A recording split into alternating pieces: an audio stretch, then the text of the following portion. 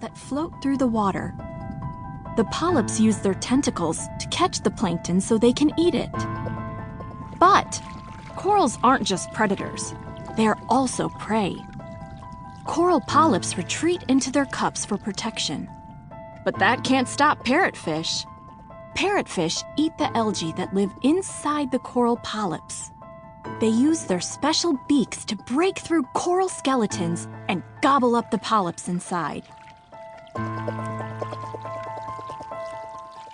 The chain doesn't stop there.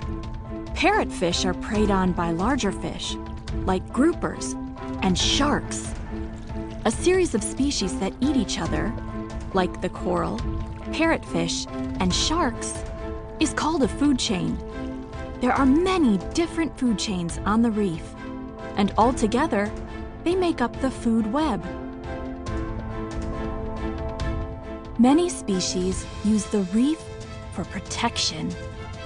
As the coral grows, it creates many cracks and crevices in the reef that make perfect hiding places for small fish. Squirrelfish use the reef for protection when predators like the Nassau grouper are on the prowl. In addition to evading predators, each species must also find food to survive. Moray eels have slender bodies that are perfectly adapted for navigating the narrow nooks and crannies of the reef. Hiding fish may be safe from groupers, but they still have to watch out for hungry morays.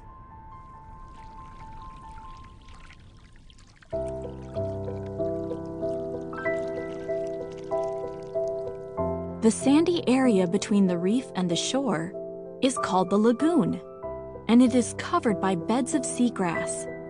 The lagoon plays an important role in keeping the reef healthy. Pufferfish and seahorses are common in the lagoon. Many young fish take shelter in the seagrass before growing up and moving on to the reef. Rays visit the lagoon to hunt for shrimp and snails, and sea turtles eat the seagrass itself.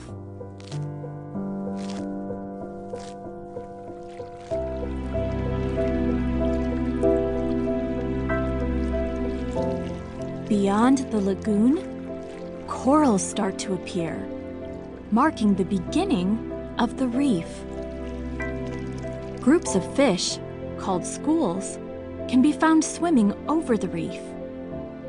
Fish swim in schools for protection, and sometimes different species, such as white grunts and porkfish, will swim together to make an even bigger group. By working together, schooling fish have a better chance at survival.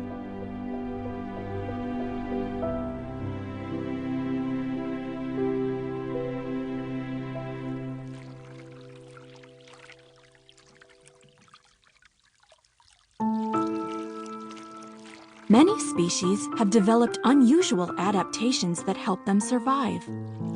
The scorpion fish barely resembles a fish as it sits on the seafloor waiting to ambush its prey. Predators had better watch out too. On its back are spines filled with a painful venom, an effective defense.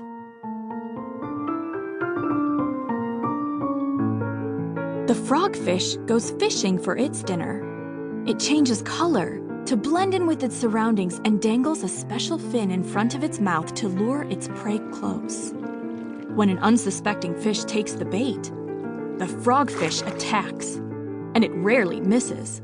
The frogfish is one of the quickest fish in the ocean.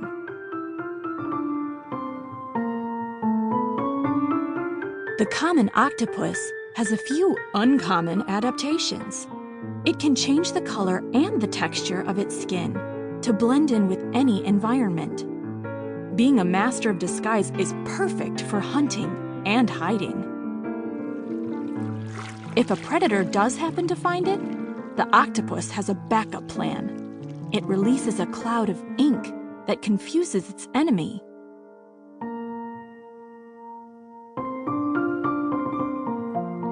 The scorpionfish, the frogfish, and the octopus are just a few of the many reef species with unique adaptations that aid in their survival.